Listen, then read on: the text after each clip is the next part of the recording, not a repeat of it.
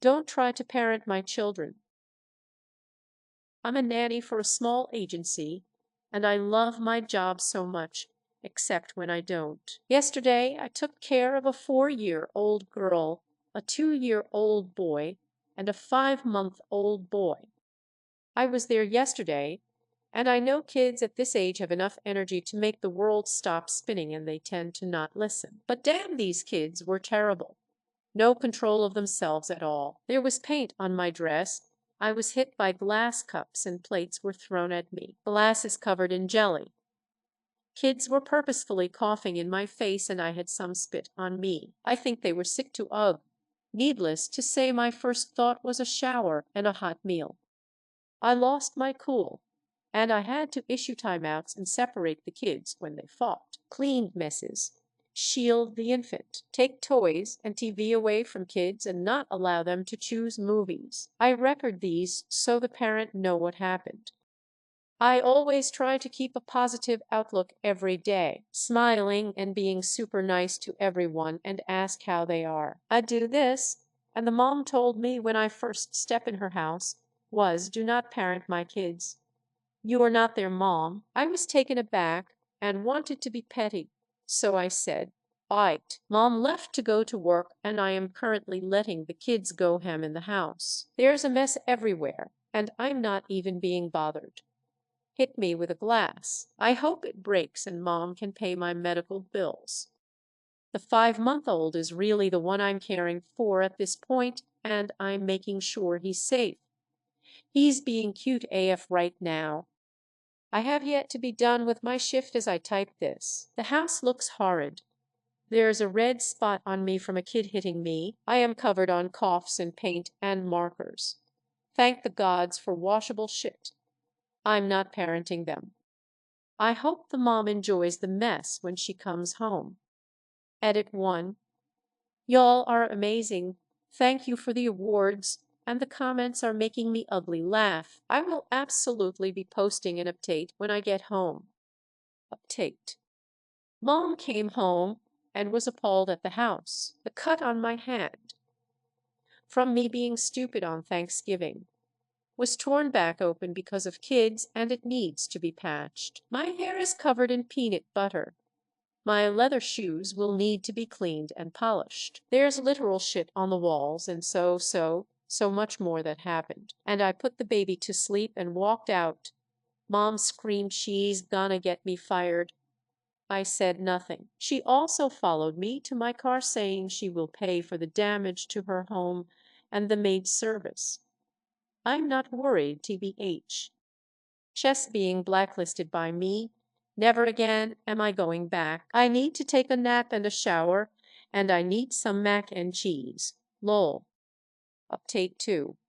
Was on the phone with the agency and the mom. The family's contract is being voided, and I'm being paid more than the extra money they were giving me. Plus, the mom will pay for my medical bill to patch up my hand, cleaning my clothes, and clean my glasses. Edit 2. Some of you are concerned about the coughing. I had a rapid test done today while the doc was fixing my hand. I'm negative. Edit 3. Some of you have expressed concern about the incubation period. I will be self-monitoring and getting a second test next week. Until then, I'll be isolating as much as possible. I had it once, and it sucked, but at least I know exactly what to look out for symptoms-wise.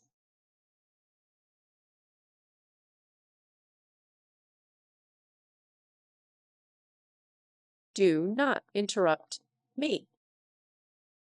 I was in my first semester of college working at my first full-time job. I was taking phone calls one day when I received a phone call that went something like this. Me. Hello, thank you for calling. Person. Hello, I am calling to complain. Your office provided dentures for my grandmother and you charged her far too much for them. Me, I'm sorry about that, but this isn't. But nothing. How can you possibly treat an elderly person this way? You clearly took advantage of her and. Excuse me, if I can say something real quick. No, do not interrupt me. I have something to say to you people. You should be ashamed of yourselves. So I did as they asked. I didn't interrupt. This continued for a solid 45 minutes. They laid into me hard, very upset about the way that their grandmother was treated. They were fully justified, I might add. She was treated horribly, and was clearly taken advantage of with her procedure. They come to the end of their rant. I will be reporting your office for your behavior. What do you have to say for yourself? Well, I am terribly sorry for how your grandma was treated. That's horrible, and nobody should take advantage of the elderly that way. But I'm afraid you have the wrong number. That's what I was trying to tell you. This isn't dental practice. No, this is business. We build websites for dental practices. Dental practice is our client. Big reveal. I was a tech support agent for a dental website company. Somehow, this person got our phone number from the practice's website. Since they were deafened to rage, they wouldn't listen when I tried to inform them. They apologized for wasting my time and wished me a good day. I thanked them for the apology, wished them an equally good day, and had a very good laugh with my coworkers once they hung up. Edit. A lot of comments mentioned something to the effect of, "Why didn't you just hang up?" And to that I say, 1. If I hung up, they were just going to call back again, but angrier. 2. It was very entertaining. 3. Since I knew they had a wrong number, I didn't really have to pay close attention to what they were saying, so I just kind of took a 45-minute break and browsed the internet. 4. At least I didn't have to talk to an actual angry customer for 45 minutes.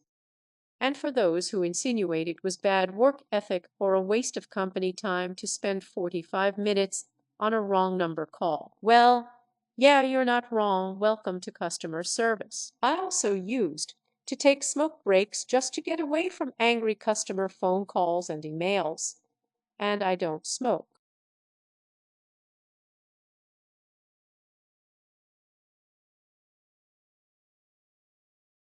Ex-wife told me to remove all my stuff from her storage unit, so I did. My ex-wife and I split because she cheated, so our separation was quite tumultuous. She still hasn't apologized for the act of cheating and still denies it, even though I know beyond any reasonable doubt that she did. I was incredibly hurt at the time, and I'll admit I wasn't acting my best, but I still tried to treat her fairly. When she left, we agreed that she would take over the payment on our car because she needed it for work. Our other car was totally paid off and I couldn't afford the payment on the one that she drove. But I agreed to leave my name on the loan because her credit didn't qualify. TBH, I didn't really have an alternative. I told her that she could keep it for as long as she made the payments, and that after she paid it off I would immediately sign her over the title. But if she started flaking on the payments, I would have the car voluntarily repossessed. I also agreed to give her the washer and dryer on the condition that she take over the car payments. I had purchased the washer and dryer but had no use for them because I lived in an apartment at the time. This is important for later. Well, we inevitably got into a disagreement over the parenting of our children. I can't remember exactly what it was about, TBH. And she randomly showed up with the car, handed me the keys, and said, "Have fun figuring out how to make the payments." She knew I couldn't afford them, and then ended with "and get all your stuff out of my storage unit." We hadn't finished untangling the mess of items in our jointly owned storage unit, but she wanted it done immediately because she was mad. So I did what she asked.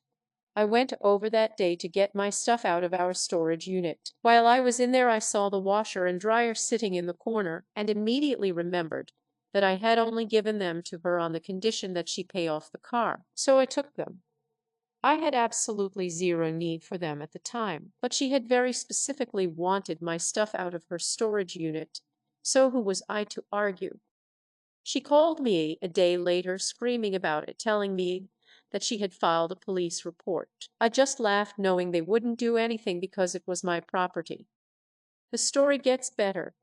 As it turns out, she was just angry and actually wanted the car back. Well, the day after she had dropped it off on me, I got into a freak accident and totaled it. Everyone was okay, so she ended up without a car, and I never had to make a single payment on it. The universe wanted to maliciously comply with her demands.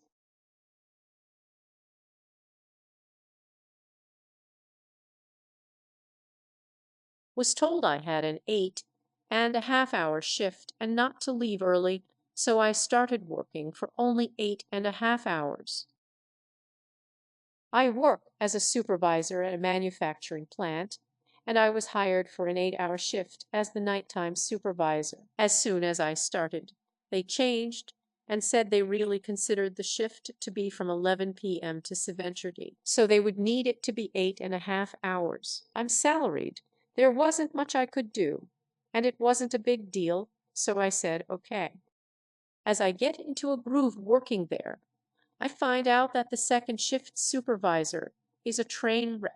No one would describe him to me, just saying I had to meet him. He leaves an hour or two early from his shift 2 to 3 times a week. Friday nights he leaves the plant at 5:30 and tells them to call him if there are any problems. He calls out at a minimum once a week. It's psychotic. Every time he is out, I come in at around 8 p.m. to cover the last 3 hours of his shift and my full shift. At least once a week, I just do it. I figure the company is going to deal with it, but as time passes, obviously aren't. Structurally, the company is just as bad as him. Infighting, rivalries, backstabbing, all of that, but I stay on nights, so I don't see it much. Then Sarah starts as my boss. I actually have two bosses, which is how every successful employee works. Sarah is a nightmare. Sarah wants me to work 11 to 11 on Monday to say Wednesday, and 11 to 10 on Friday. I dig in my heels document like crazy, and after a couple months of harassment, HR actually backs me up and she has to stop. But now Sarah is angry, and she sees me leaving at 7:50 one morning after coming in 2 hours early. She sends an email clarifying our time expectations. Second shift train wreck calls in that night, so I come in at 8, and the next morning Sarah sees me leave at 7:10. I get an email saying she is coming in early to talk to me, and when she shows up, I'm getting a formal warning for my early departures going into my personnel file. I've never been written up in my life. During the meeting with HR in attendance, she said I am expected to be there for my 8.5 hour shift. I made sure that the expectation was on record for an 8.5 hour shift, which HR documented. The next week, the second shift supervisor is out to days. After the first day, Sarah asks me the next morning why I didn't come in early, as there were problems on his shift. And I said, I fulfilled my 8.5 hour shift, and I'm not responsible for his. They had to hire a contractor at $125 an hour to cover all of his missed time, which amounted to 19 weeks this past year. Eventually, they hired a fourth supervisor at $85,000 per year to cover his gaps. Sarah got demoted, and I only ever work 8.5 hours.